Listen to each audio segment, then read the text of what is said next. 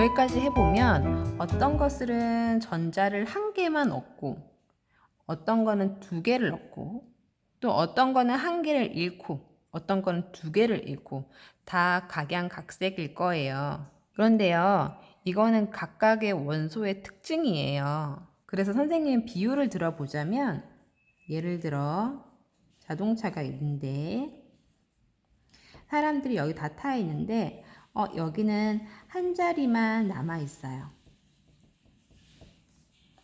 또 어떤 차는요, 두 자리가 남아 있어요. 그러면 여기에 타고 싶은 사람이 아무리 많이 있어도, 자, 첫 번째 자동차 같은 경우는 아무리 많아도 한 명만 태울 수 있고요. 두 번째 자동차 같은 경우는 그저 두 명밖에 못 태워요. 더 태우고 싶어도 태울 수가 없는 거예요. 이거는 각각 자동차 상태에 따라 다른 거죠.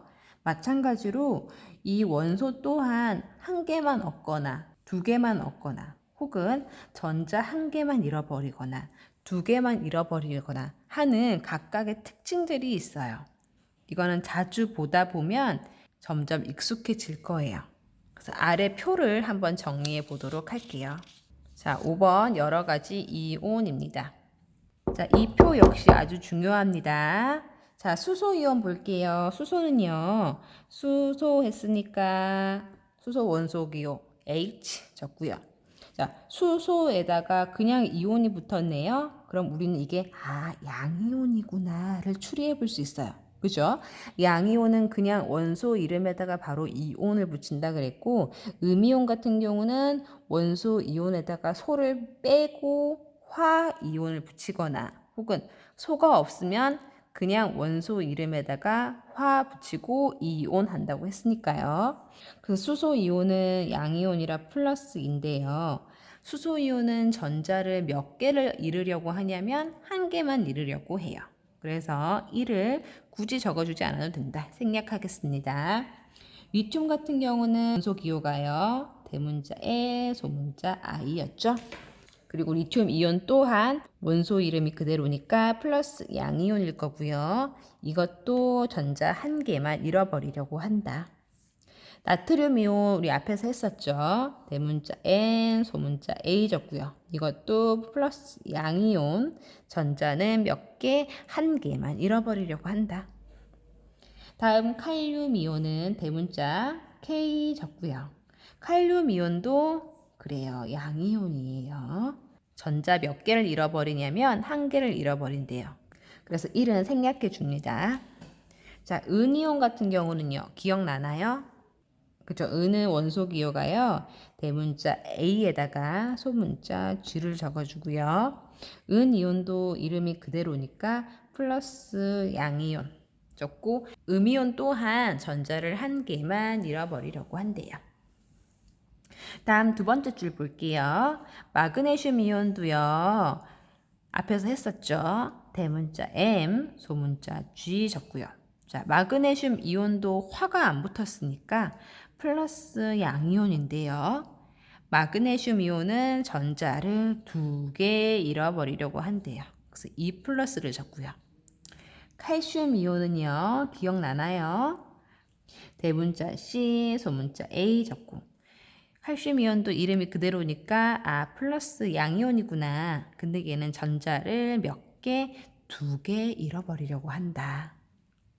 철은요. 대문자 F, 소문자 E였죠. 여기에다가 철이온도 이름이 변하지 않았으니까 플러스고요.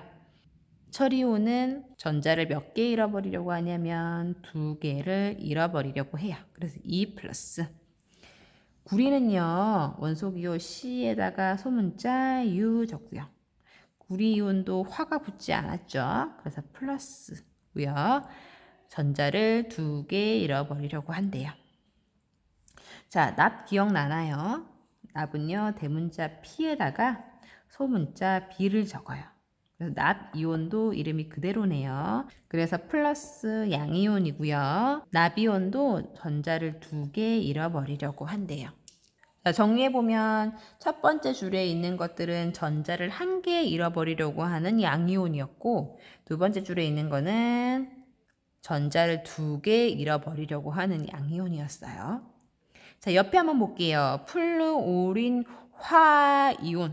화가 붙었으니까 음이온이라는 뜻이에요. 자, 플루오린은 그쵸, 원소 기호가 F, 그리고 화이온, 즉 마이너스 음이온이라는 뜻이고요. 자, 앞에서 했었죠. 플루오린 화이온은 전자를 몇 개 얻는다? 한 개를 얻는다. 그래서 우리는 한 개는 생략하겠습니다. 자, 그 다음 염화이온. 염소이온이 아니라 염화, 화가 붙었으니까 음이온이구나. 그러면 염소의 원소 기호는 C에다가 소문자 L이었죠. 근데 여기에 음이온이라고 했고요. 전자를 몇 개 얻으려고 하냐면 하나를 얻으려고 해요. 그래서 1은 생략하겠습니다. 다음 아이오딘화 이온 같은 경우는요. 화가 붙었으니까 마찬가지로 음이온이고요. 아이오딘은요. 대문자 I 그리고 옆에 마이너스 붙여서 음이온을 표시합니다. 아이오딘 원소 또한 전자를 한 개 얻으려고 해서 1은 생략해 주겠습니다. 다음 산화이온. 산화이온이니까 산소 O에다가 화 붙었으니까 음이온이다. 근데 산소 같은 경우는 전자를 두 개 얻으려고 한다. 그래서 2 마이너스 붙이고요. 황화이온은 원래 황원소인 대문자 S 적고요. 화가 붙었으니까 마이너스 음이온이라는 뜻이죠. 근데 황원자 같은 경우는요.